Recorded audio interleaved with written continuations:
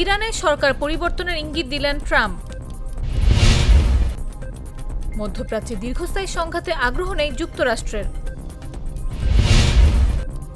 কাতারে অবস্থানরত মার্কিন নাগরিকদের নিরাপদ আশ্রয়ে থাকার পরামর্শ।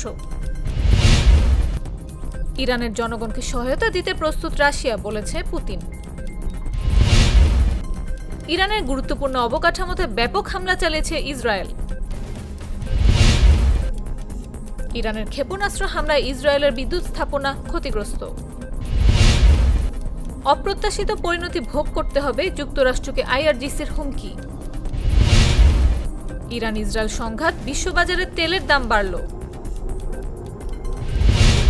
হামলা চালিয়ে ইরানের পারমাণবিক জ্ঞান ধ্বংস করা যাবে না, বলেছেন বেহরুজ কামালভান্দি। হরমুজ প্রণালী চালু রাখতে চীনের দ্বারস্থ হল যুক্তরাষ্ট্র। করিম চাচা, আপনার প্রিয় মানুষদের কখনো বিপদে ফেলতে চাইবেন না স্যার। তাহলে আমাদের বিপদে রাখা কি ঠিক হচ্ছে? এজন্যই বিজলি কেবলস সবচেয়ে ভালো ও নিরাপদ। ফ্লেম রিটার্ডেন্ট পিভিসি দিয়ে তৈরি বিজলি কেবলস, নিরাপদ আজীবন।